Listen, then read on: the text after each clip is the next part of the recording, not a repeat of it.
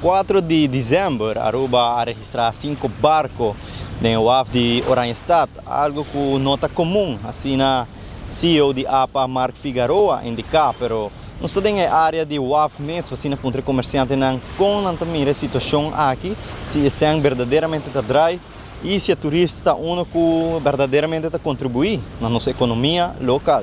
Well, o que nós estamos vendo aqui na meu colega na Papi Orei, é que verdade, o turismo aqui está querendo que não tomar baixo com nós tour. Remarque está que Hopi é candidato barata Hopi, é candidato de Hopi turista, para qualidade, sua qualidade Hopi boa.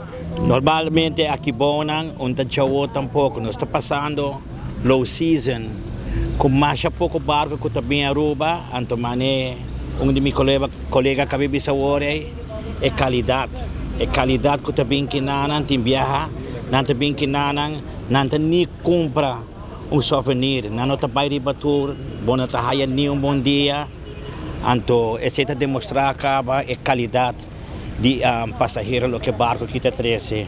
O melhoramento que nós queremos nós quer mais igualdade de oportunidade.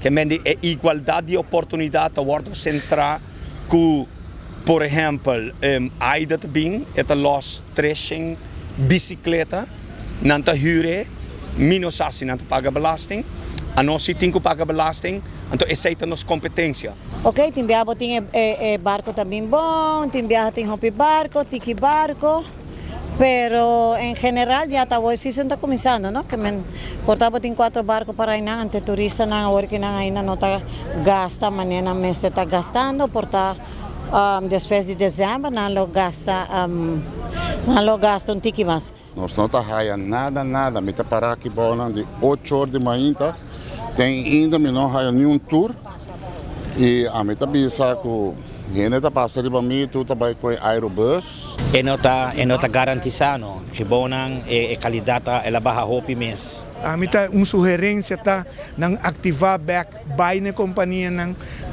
acercana para qualidade mais alta, porque o barco não está chegando a Aruba, está chegando com quantidade verdade hopi grande para qualidade boa. E não está fair, E não está funcionando.